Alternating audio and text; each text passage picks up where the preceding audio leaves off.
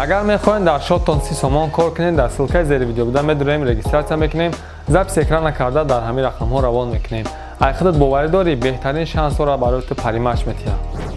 سلام علیکم تماشاچیان محترم پادشگاه کانال میدانی باتل و این برنامه غالیبی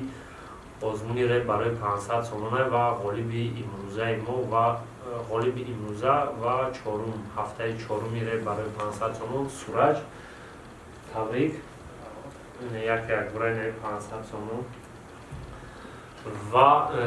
چی گفتنیم پیشکی همه در خبردارتون چیه برای که سورج اول چی آمده بود پس وظیفتی آمده بود و ما خودمون خواهش کردیم که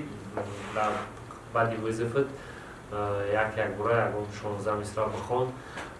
و سورج خواهش ما را رد نکرد و چقدر که نشان داد رسمات را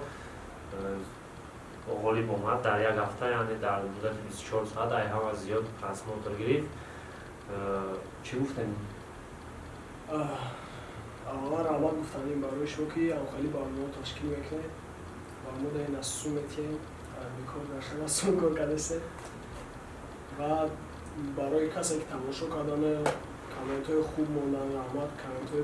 بد مونده شوندن رحمت دلش پیش شده که بسی کردن شد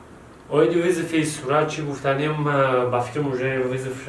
وظیفه قبول شدگیه و روزی بطل شما موندگیه بچه ها آمدن ننویسین و روزی که وقتی که این بچه هم وظیفه داده بود این شرط شرایطی خیچه مونده بود تنها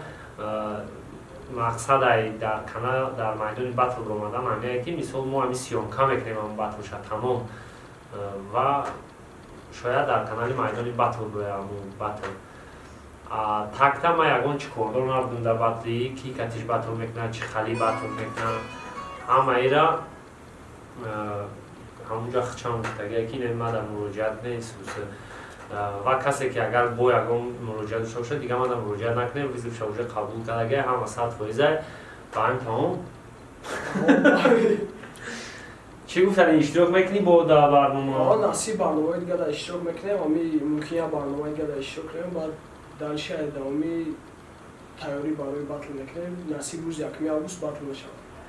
روز 1 آگوست بطل بین سورج و همون نفره که ویزیفش قبول کرده و زیرش نمونه میدونین چند میگه سیکرته